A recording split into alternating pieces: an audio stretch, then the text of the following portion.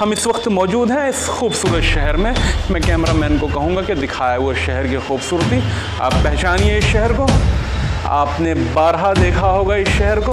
मैं बात कर रहा हूँ और वो कैमरामैन को कहूँगा कि सूरज दिखाई दे रहा है बादलों के बीच में, अरावली पर्वत श्रृंखलाओं के पीछे गुरूब होने की कोशिश कर रहा है। उसको देखकर एक शेर याद आता है कि सूरज हूँ जिंदगी की रमक छोड़ जाऊंगा, सूरज हूँ जिंदगी की रमक छोड़ जाऊंगा, मैं डूब भी गया तो शफक छोड़ जाऊंगा, मैं डूब भी गया तो शफक छोड़ जाऊंगा।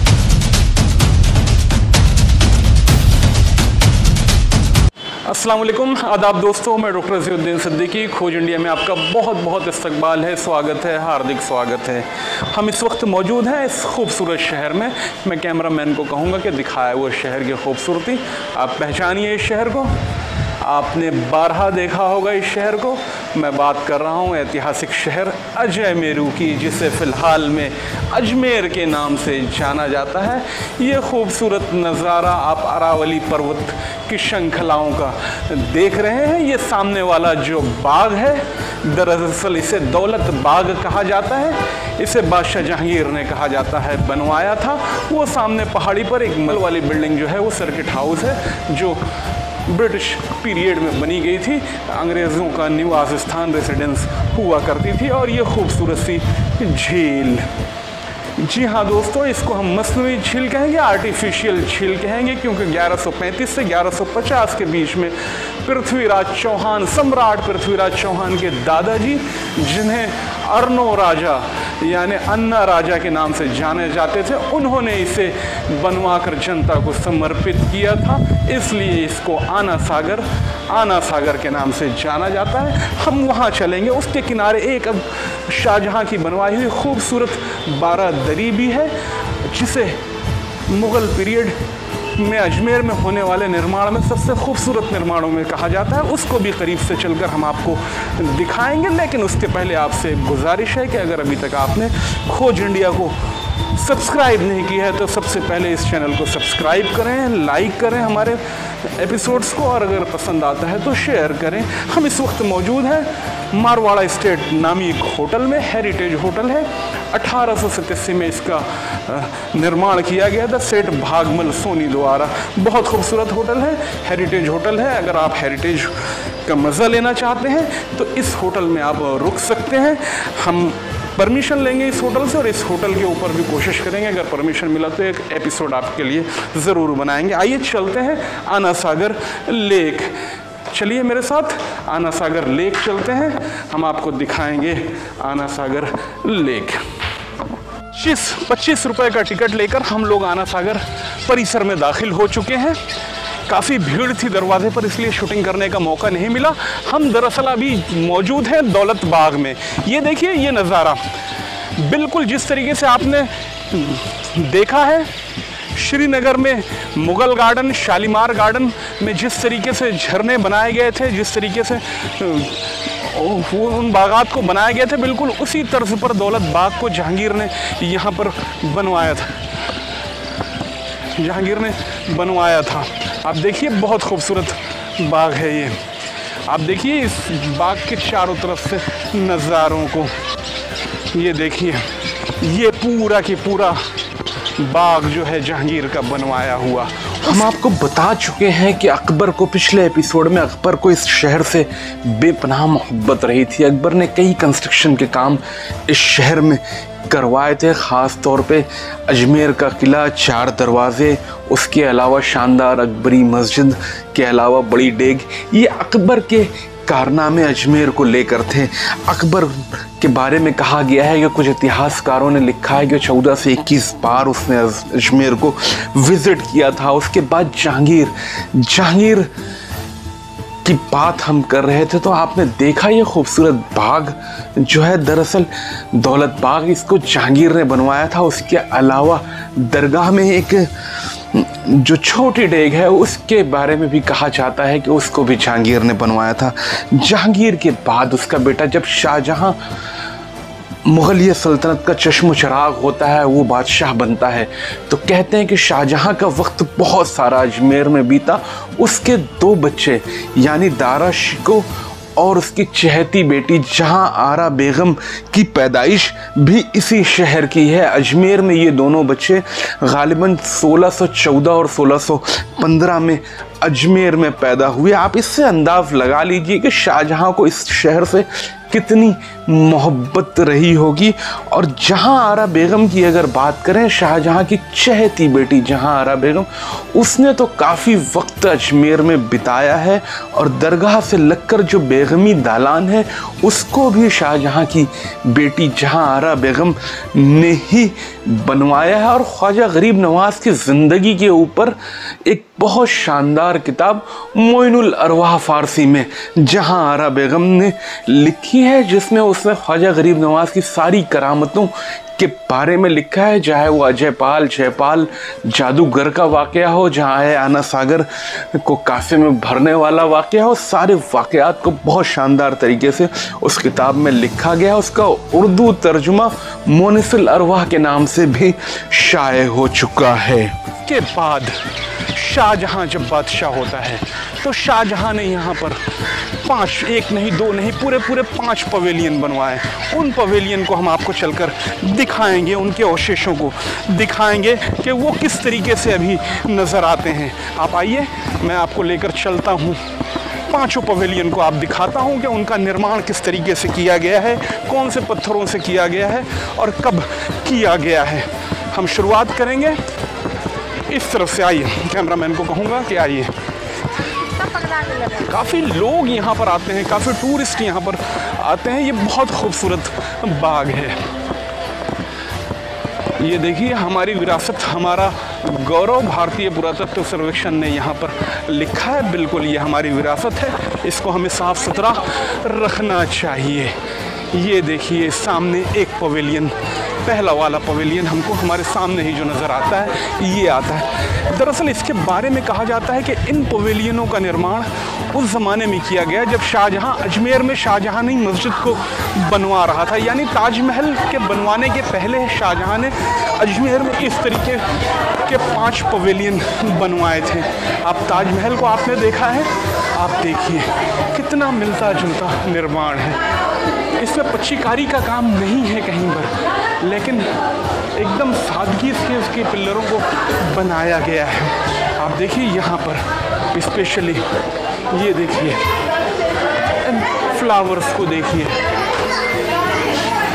इन पवेलियनों में इन फ्लावर को देखिए, बिल्कुल ये वाले अलग हैं। इन मेहराबों में देखिए आप, यहाँ पर आप देखिए हिस्सों को देखिए, बिल्कुल झील के किनारे आना सागर झील। ये देखिए आपके सामने पूरी की पूरी झील नज़र आती है। आना सागर का विहंगम दृश्य आपके सामने नज़र आता है। आइए, कैमरामैन को मैं कहूँगा देखते हैं हम। उस तरफ भी एक पवेलियन के आसार नज़र आते हैं। आइए देखते हैं। काफ़ी लोग यहाँ पर दिखाई देते हैं जो दरअसल सारे हिंदुस्तान से घूमने के लिए आते हैं। अजमेर में ख्वाजा मोइनुद्दीन चिश्ती की दरगाह की ज़ियारत के लिए आते हैं। ये देखिए, एक पवेलियन के आसार वहाँ पर नज़र आते हैं। ऐसा लगता है कि वो पूरी तरीके से धराशायी हो गया है, लेकिन कुछ खंबे उसके आज भी नज़र आते हैं। आइए चलते हैं हम उस पवेलियन की तरफ।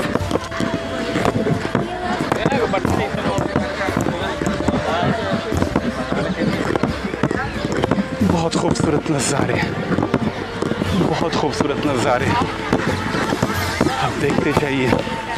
ये देखिए, एक पवेलियन यहाँ पर हुआ करता था दरअसल, जो पूरी तरीके से टूट गया है। इसका छत टूट गया है, बाकी 3 तरफ का हिस्सा भी ख़त्म हो चुका है। सिर्फ उसके ये 3 मेहराब नज़र आते हैं शाहजहां के बनवाए हुए, बाकी हिस्सा गिर चुका है। चलिए, 3 पवेलियन जो उस तरफ बचे हुए हैं उनको हम और देखते हैं। आइए मेरे साथ। एक पवेलियन गिर चुका था, दूसरा पवेलियन आपने देखा। ये सामने में 3 पवेलियन, जिसे हिंदी में हम बारादरी कहेंगे, उर्दू में बारादरी कहेंगे, ये सामने नज़र आते हैं। आइए देखते हैं। ऐसा लगता है जैसे इन पवेलियनों को जोड़ने के लिए अंदर एक तहखाना वगैरह हुआ करता होगा, क्योंकि यहाँ से कुछ रास्ता दिखाई देता है। ये देखिए, कैमरामैन को कहूँगा कि दिखाएं, कुछ सीढ़ियाँ यहाँ से जाती हुई दिखाई देती हैं। ये देखिए, स्पेशली एक रास्ता यहाँ दिखाई देता है। ये दरवाज़ा लगा है, दरवाजे पे ताला लगा हुआ है। ये बलुहे पत्थर हैं, पीले बलुहे पत्थरों से इस जगह के बेसमेंट को बनाया गया है और ऊपर से मार्बल लगाया गया है। आप देखिए, आइए चलते हैं, इस पवेलियन को देखते हैं। ये देखिए, शाहजहां का बनवाया हुआ ये तीसरा पवेलियन, जिसे हम बारादरी कहते हैं। आइए देखते हैं इसको। अगर इसके पिलरों को देखा जाए तो अगर आप इसे गौर से देखें, कैमरामैन को कहूँगा करीब से दिखाएं। इसमें यहाँ तक लगभग ये होल वन पीस में बना हुआ है इस जगह तक। आइए देखते हैं इस जगह को। देखिए, यहाँ के नक्शो निगार को देखिए, किस तरीके से मार्बल में इन जालियों को काटा गया है। आइए देखते हैं, इसके अंदर एक कक्ष नज़र आता है। ये तो वाकई बहुत खूबसूरत कक्ष है, जालियोंदार कक्ष पूरी तरीके से। शाहजहां को दरअसल बाग बगीचे और तालाब और झीलों से बहुत ज़्यादा लगाव था। उसने जब इसकी खूबसूरती देखी होगी तो ज़रूर उसका मन किया होगा कि यहाँ पर कुछ खूबसूरत इमारतें बनाई जाए, और उसने इन इमारतों का निर्माण करवाया था। ये वाकई बहुत खूबसूरत इमारतें हैं। वहाँ दो पवेलियन और नज़र आते हैं, आइए चलिए देखते हैं।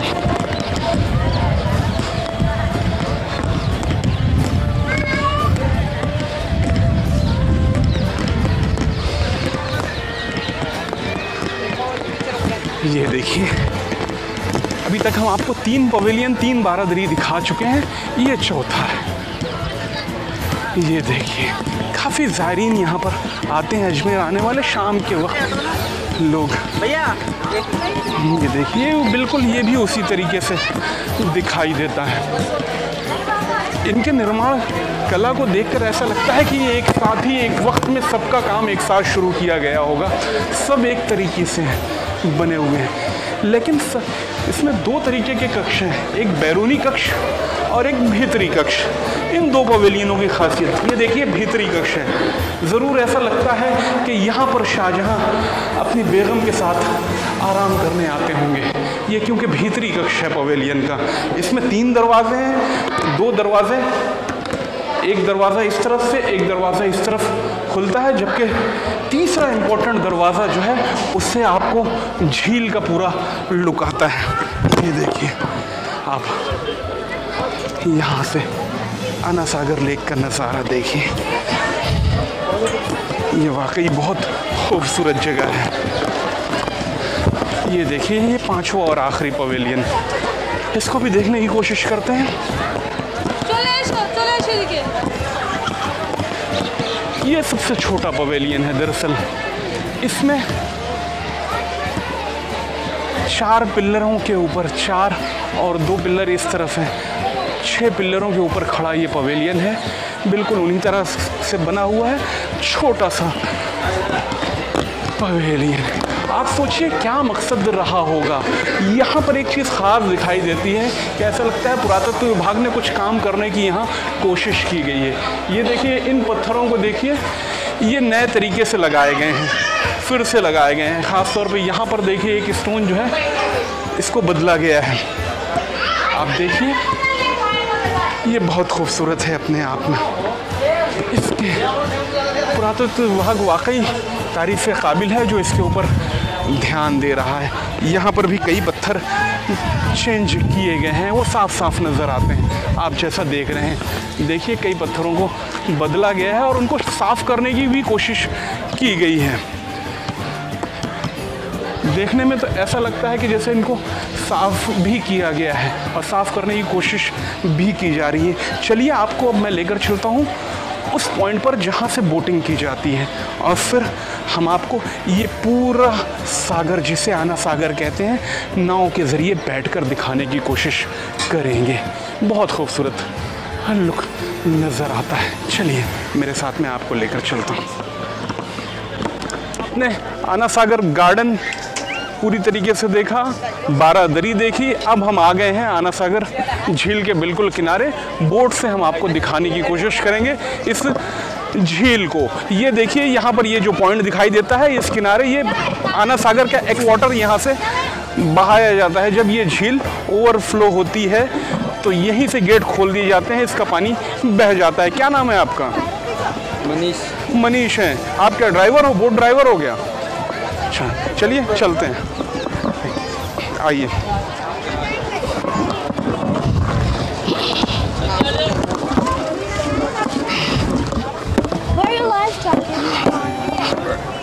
जैकेट लगा लेना।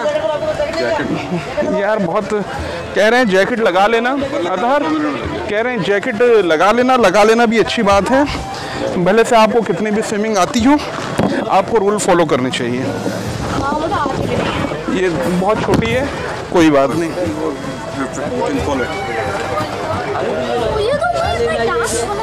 ये हमारी बोट रवाना हो चुकी है।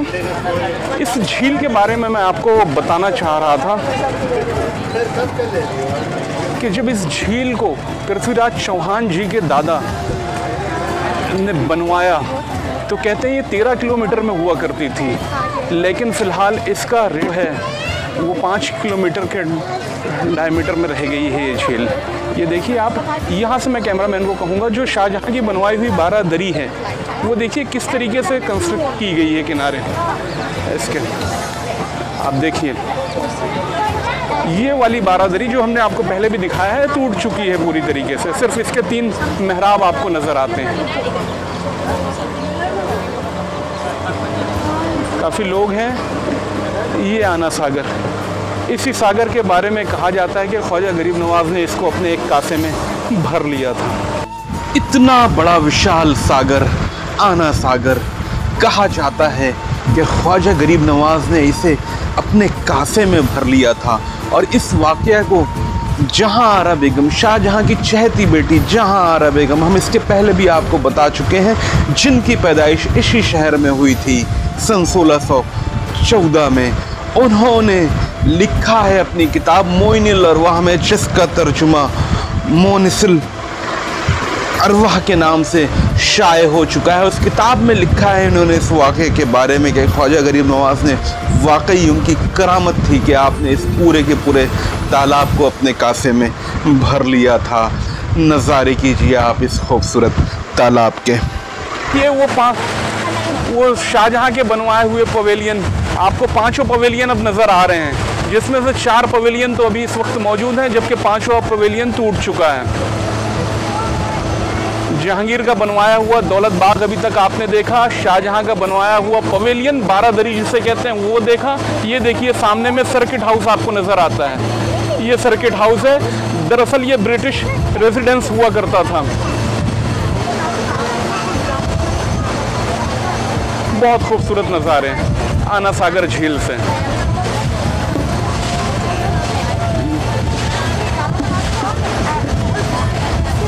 वाकई वो सामने में जो होटल दिखाई देता है मारवाड़ा, होटल मारवाड़ा, हम लोग दरअसल उसी होटल में रुके हुए हैं। वो दूर जो पहाड़ियों में एक रोजा जैसा दिखाई देता है, दरअसल उस जगह के बारे में कहा जाता है कि ख्वाजा गरीब नवाज जब अजमेर आए तो सर्वप्रथम सबसे पहले उसी जगह पर आपने क़याम किया। ख्वाजा कुतुबुद्दीन बख्तियार काकी, ख्वाजा बाबा फरीद गंज शकर भी आपके साथ वहाँ पर काफ़ी दिन तक रुके थे। ऐसा कहा जाता है कि आपका वो बेस कैंप हुआ करता था। वो पहाड़ी जो है आज भी लोग कहते हैं कि ख्वाजा गरीब नवाज की और कुतुबुद्दीन बख्तियार काकी की वो पहाड़ी जो है जो दिखाई देती है होटल मराठा मारवाड़ा, होटल मारवाड़ा के पीछे वाली वो चिल्ला गाह है ख्वाजा गरीब नवाज रहमतुल्लाह अलैह की। वो दूर अरावली पर्वत श्रृंखलाएं हैं जहाँ पर सूरज डूब रहा है इस वक्त। आप देखिए ये 20 मिनट की राइड है आना सागर, विशाल आना सागर। 13 किलोमीटर का आना सागर 5 किलोमीटर के दायरे में सिमट के रह गया है। लगभग हमारी राइड जो थी वो कंप्लीट होने की कगार पर है।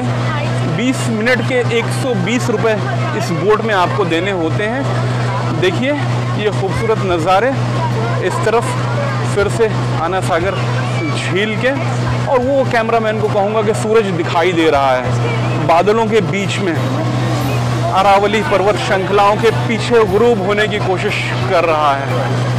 उसको देखकर एक शेर याद आता है कि सूरज हूँ जिंदगी की रमक छोड़ जाऊंगा, सूरज हूँ जिंदगी की रमक छोड़ जाऊंगा, मैं डूब भी गया तो शफक छोड़ जाऊंगा, मैं डूब भी गया तो शफक छोड़ जाऊंगा। देखिए बहुत प्यारा नज़ारा, अरावली के दामन में सूरज गुरूब हो रहा है।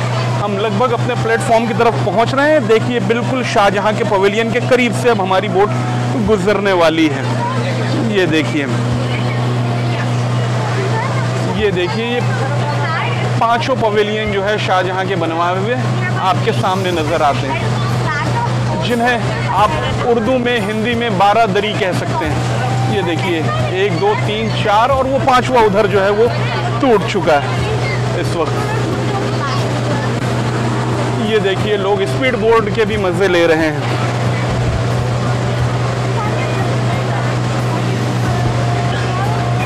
बहुत खूबसूरत नज़ारे खोज इंडिया से आना सागर, खोज इंडिया पे आना सागर से देख रहे थे आप। मैंने आपको इस एपिसोड में बहुत सारी चीज़ें दिखाने की कोशिश की है, स्पेशली आना सागर लेक, आना सागर गार्डन, शाहजहां की बनवाई हुई खूबसूरत 12 दरी। अगर आपको हमारा ये एपिसोड पसंद आता है तो आप इसे शेयर ज़रूर करें, लाइक ज़रूर करें, और अगर अभी तक आपने जो नहीं करते हैं, अक्सर काम नहीं किया, हमारे इस चैनल को सब्सक्राइब ज़रूर करें। मैं डॉक्टर रज़ीउद्दीन सिद्दीकी, खोज इंडिया, आना सागर लेक, अजमेर।